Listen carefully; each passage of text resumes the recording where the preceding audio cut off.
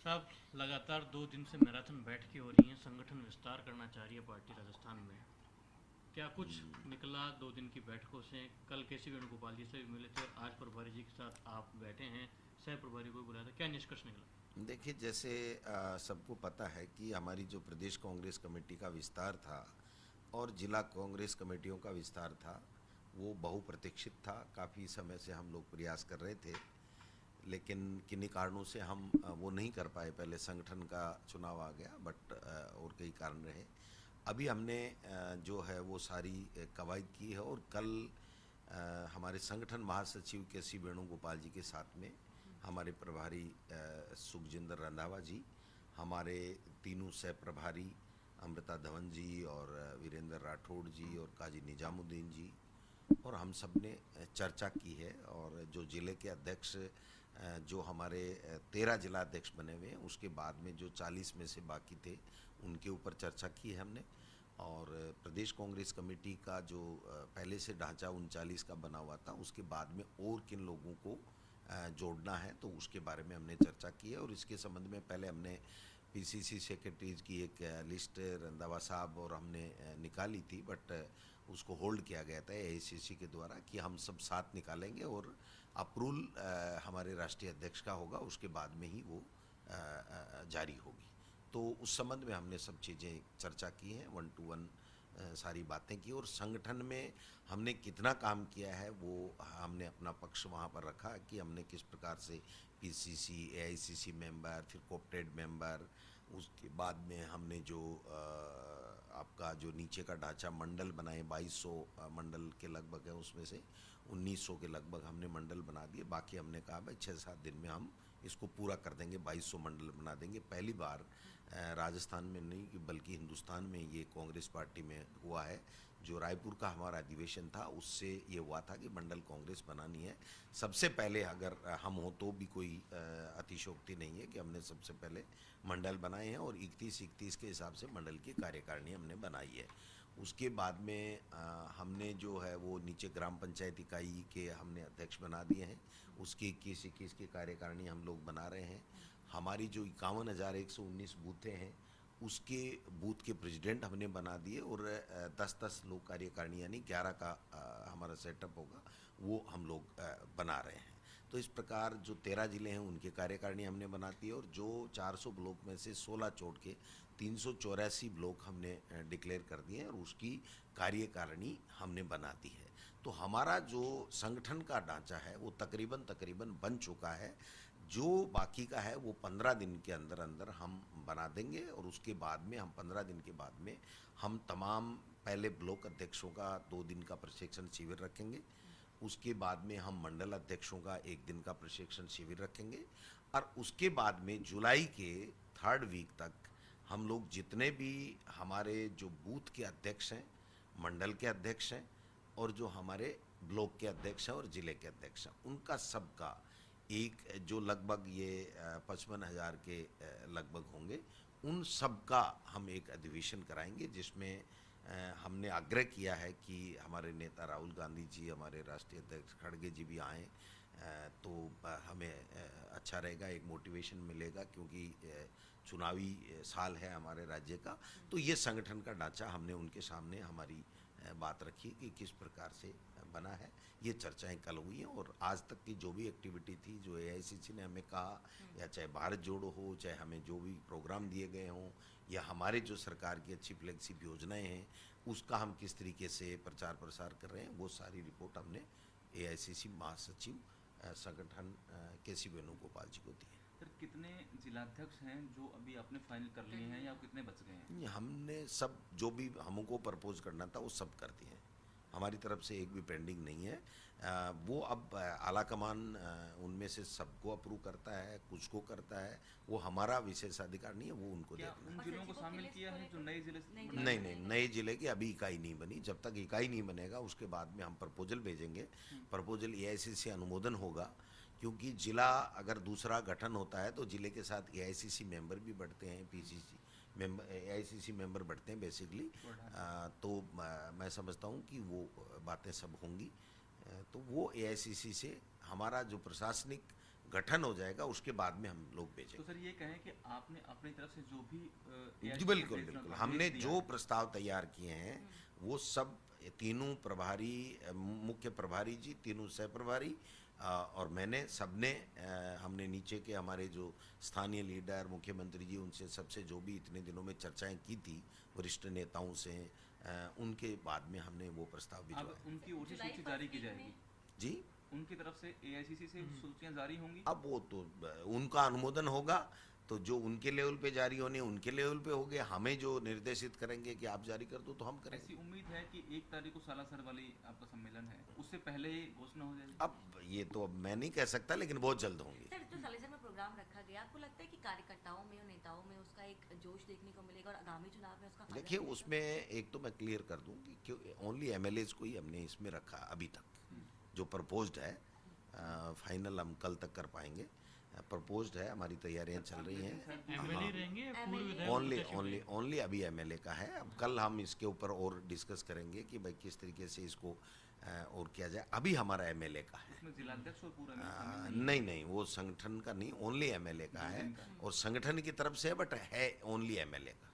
2 दिन का है। 2 दिन का प्रशिक्षण शिविर अभी प्रस्तावित है। हाँ सर, ये जो दिल्ली वाली मीटिंग है, जिस जो 1 तरह तारीख को होनी तेलंगाना थी की पहले, होगी, छत्तीसगढ़ की होगी आज, तो अब अगर हम 1 और 2 को अगर हम करेंगे तो वो 3, 4, 5 जब भी वो कॉल करेंगे, हमने उनसे रिक्वेस्ट किया है कि हमने होटलें वगैरह वहाँ धर्मशालाएं वगैरह बुक की हैं, तो अगर आप हमें परमिट करते हैं तो हम 1-2 का वो सम्मेलन जो प्रशिक्षण शिविर है वो कर लें, उसके बाद में कभी भी बुला लें। तो उन्होंने कहा ठीक है हम बता देंगे। तो सर जो जो भी बताएं। 85 की जो लिस्ट थी, जो जारी सचिवों हो की गई जो थी, लिस्ट होल्ड जारी की की गई गई थी, उसमें कोई बदलाव आपने नहीं पूछा नहीं, है? ऐसी कोई बात आई नहीं कल की चर्चा में। सिर्फ बात ये थी कि टेक्निकली वो राष्ट्रीय अध्यक्ष से अप्रूव होनी चाहिए थी, ऐसा कांग्रेस का नियम है। तो उसी हिसाब से, संविधान के हिसाब से ये बात थी। तो सर क्या- बाकी कोई शिकायत की या ऐसी कोई बात आई नहीं। नहीं, सर, कई उसमें- बातें ऐसी आई थी कि सचिवों की लिस्ट को लेकर एक गुट में जो है विरोध देखने को मिल रहा था कि कुछ सिर्फ भी एक ऐसी गुट को support ऐसी किया कोई जाए। न तो विवाद आया, न मेरे पास आया, न वेणुगोपाल जी को हमने पूछा था।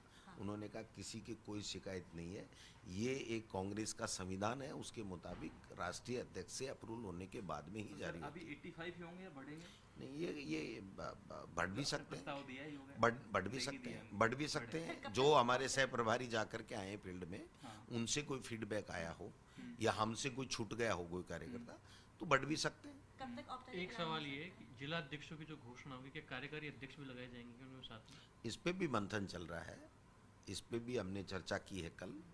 तो सैद्धांतिक उन्होंने सहमति दी है कि आप देख लीजिए प्रदेश कांग्रेस कमेटी क्या इसमें उचित समझती है, तो उस पे हम विचार कर रहे हैं। अभी हम केवल अध्यक्ष की ही लिस्ट प्रेषित कर रहे हैं। किस तरह भाजपा से अपने आप कंपेयर करते हैं सर? भाजपा कहती है हमने पन्ना प्रमुख बनाए, बूथ प्रमुख बनाए, ये बनाए, भाजपा क्या राजस्थान में, है? जी सर। राजस्थान में भाजपा है नहीं। भाजपा के टुकड़े टुकड़े हो गए, चीथड़े चीथड़े हो गए, कोई लेके किधर भाग रहा है, कोई लेके किधर भाग रहा है। वसुंधरा जी भूमिगत हैं, सतीश पूनिया जी अपनी मौजी में घूम रहे हैं, राजेंद्र राठौड़ अपने आप को स्वयं भी मुख्यमंत्री बनाए मान करके बैठे हैं, और गजेंद्र सिंह जी खीज में कह रहे हैं कि राजेंद्र राठौड़ का राज बना दो, मैं 46,000 करोड़ रुपए बाद में दूंगा। तो वो उस 46 करोड़ से अपने आप को मुख्यमंत्री बनना चाहते हैं रोक करके। तो ये तो अन्याय कर रहे हैं, अत्याचार कर रहे हैं, बेईमानी कर रहे हैं राजस्थान की जनता के साथ में, कि वोट से काम को जोड़ रहे हैं कि अगर आप वोट देके राज बनाओगे राजस्थान में तभी हम पैसा देंगे, नहीं तो नहीं देंगे। इससे बड़ी बेईमानी कोई हो नहीं सकती, जो उजागर हो गई है। अब इनको नैतिकता के आधार पे वैसे भी गजेंद्र सिंह जी का मुख्यमंत्री जी भी मांग कर रहे हैं, और काफ़ी मीडिया में भी उनकी किरकिरी हुई है, अभी कोर्ट में भी मामला जो चल रहा है, सब चीज़ें हैं। तो उनको वैसे भी इस्तीफा देना चाहिए, बट मैं तो ये कहता हूँ कि सब छोड़िए, इस बात पे तो उनको इस्तीफा उनका बनता ही है कि वो ये खुद कह रहे हैं कि 46,000 करोड़ रुपए मैंने रोक रखे हैं और मेरे हाथ में है, मैं दे दूंगा, लेकिन राजस्थान में बीजेपी का राज बनने पे दूंगा, नहीं दूंगा।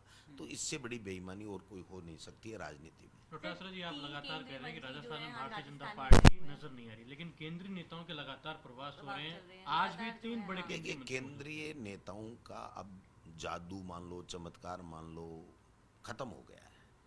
क्योंकि आपने देखा पंजाब में भी खूब घूमे थे, सारे प्रभारी मंत्री भी गजेंद्र सिंह जी और इनको लगाया था, मेघवाल जी को लगाया था, पता नहीं मोदी जी के कितने दौरे हुए थे, कितनी नोटंकी हुई थी, वापस रास्ते से आना, मुझे मार देते, सब चीज़ें हुई थी, बट नहीं जादू चला। फिर उसके बाद में कर्नाटक में पता नहीं कितनी सभाएं हुई, कितने दौरे हुए, प्रधानमंत्री के हुए, कितनी बजरंग बली और सब चीज़ें माहौल बनाने की चेष्टा की गई, लेकिन जनता अब इनकी सत्यता को जान चुकी है और जनता ने ये तय कर लिया है कि ये झूठे लोग हैं, ये बेईमान लोग हैं, ये मैनेजमेंट करके और हिंदू मुस्लिम का कार्ड खेल करके और अपने जो है राजनीतिक रोटियां सेक रहे हैं, संवैधानिक संस्थाओं का दुरुपयोग कर रहे हैं। तो जनता इनकी सच्चाई जान चुकी, क्योंकि इन्होंने जो वादे किए थे कि किसान की आमदनी दोगुनी करने का, तो वो पूरा नहीं कर पाए, बल्कि आधी हो गई। किसान 700 किसान जो 3 काले कानूनों से जो है वो हो गए, शहीद हो गए। और इन्होंने कहा था 2 करोड़ लोगों को रोज़गार, तो वो तो दे नहीं पाए, बल्कि जो रोज़गार फौज में मिलता था वो भी अग्निवीर के माध्यम से 4 साल में वापस उन्होंने दे दिया।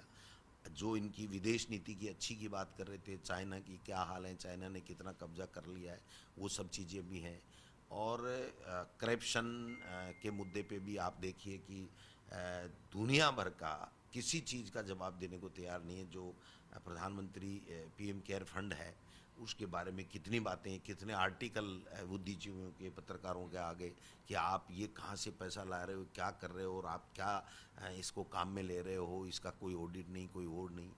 तो कोई जवाबदेही इनकी है नहीं। मीडिया के सामने देश के प्रधानमंत्री आकर के कभी अपनी बात कहते नहीं हैं।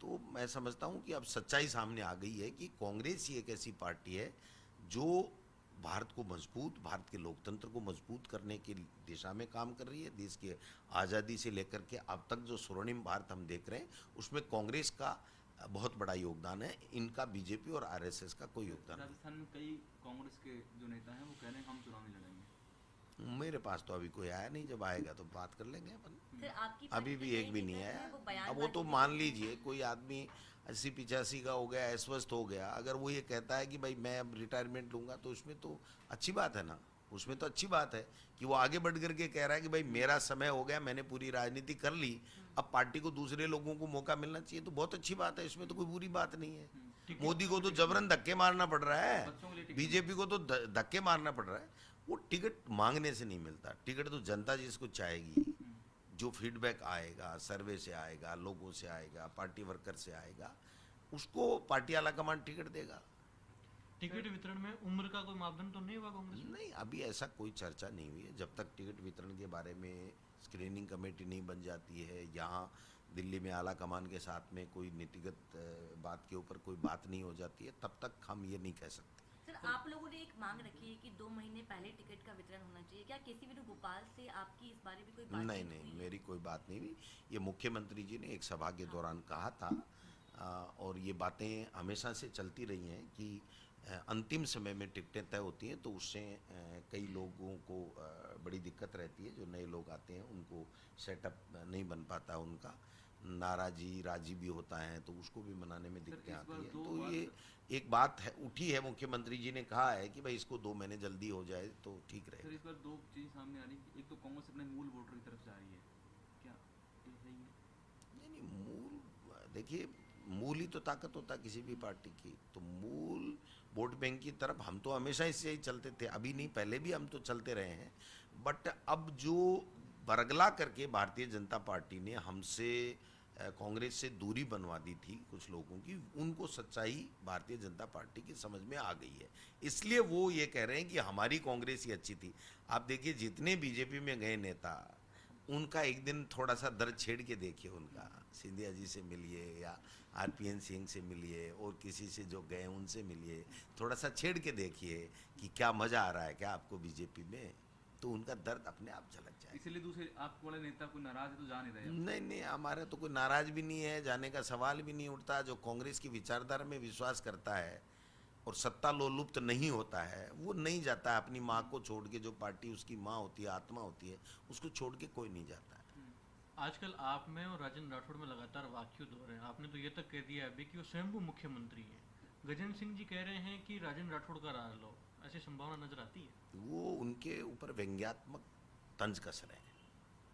कि ये बने घूम रहे हैं मुख्यमंत्री, यही बनेंगे क्या मुख्यमंत्री। वो जो मैं समझ पाया, हो सकता है क्या है सही है मैं नहीं कहता, वो व्यंग्यात्मक तंज था, क्योंकि गजेंद्र सिंह जी खुद मुख्यमंत्री बनना चाहते हैं, राजेंद्र जी राठौड़ बन के ही घूमने लग गए हैं, है ना, कपड़े उसी हिसाब से सिलवा लिए हैं। तो वो कह रहे हैं कि यार अब लग जाओ, मौका है, अभी तो मैं ही हूँ, कटारिया जी आउट हो गए, वसुंधरा जी मेन थीम में है, नहीं तो सीपी जोशी बिल्कुल नया नवेला है, तो मैं ही हूँ। तो वो बातें उनके तक पहुँच रही होंगी, तो उन्होंने, मैं समझ रहा हूँ कि व्यंग्यात्मक भाषा में उन पर तंज कसा है। जिससे कि इनर फाइट बीजेपी की बात अब जो भी है, लेकिन वो तो वही बता सकते हैं, मैं ज़्यादा नहीं बता सकता।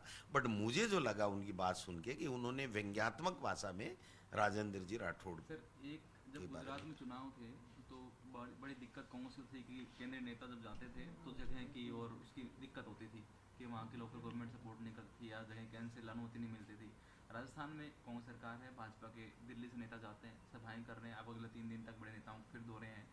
कांग्रेस क्या उनसे सवाल पूछती है, क्या कहती है? तो यही तो हम में और कांग्रेस में फ़र्क है बंधु। भाजपा ये कांग्रेस की आइडियोलॉजी और बीजेपी की आइडियोलॉजी का फ़र्क है। ये कांग्रेस ये कहती है कि प्रजातंत्र तभी मजबूत होगा जब विरोधी भी अपनी बात कहेगा, उसको स्वतंत्रता है, आलोचना करने की सरकार की स्वतंत्रता है उसको।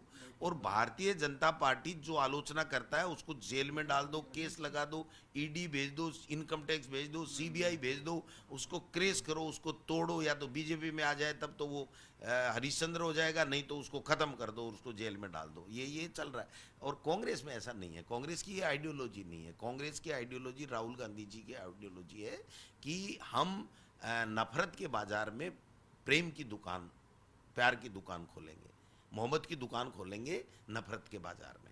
जो नफरत इस बीजेपी ने और आरएसएस ने देश में फैलाई ये 9 साल में, उसके अंदर हम सब प्रेम से मिलकर के चलें और सब लोगों को मौका दें। क्यों नहीं होना चाहिए, क्यों नहीं नेता होना चाहिए? आज देश का प्रधानमंत्री आए तो आइए ना, कीजिए ना मीटिंग, अपनी बात बताइए, हम अपनी बात बताएंगे। इनके यहाँ नहीं है, इनके यहाँ नहीं है। तो ये फ़र्क है बेसिकली कांग्रेस और बीजेपी की आइडियोलॉजी।